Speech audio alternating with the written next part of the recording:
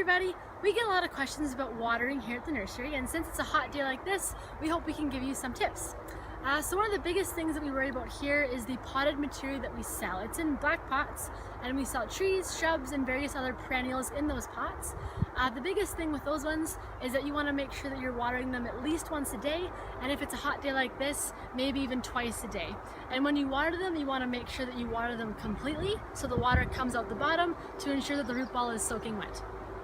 If you have trees planted like this big green ash tree that we have here, you want to water them at least about 2 to 3 times a week to ensure that it stays nice and moist.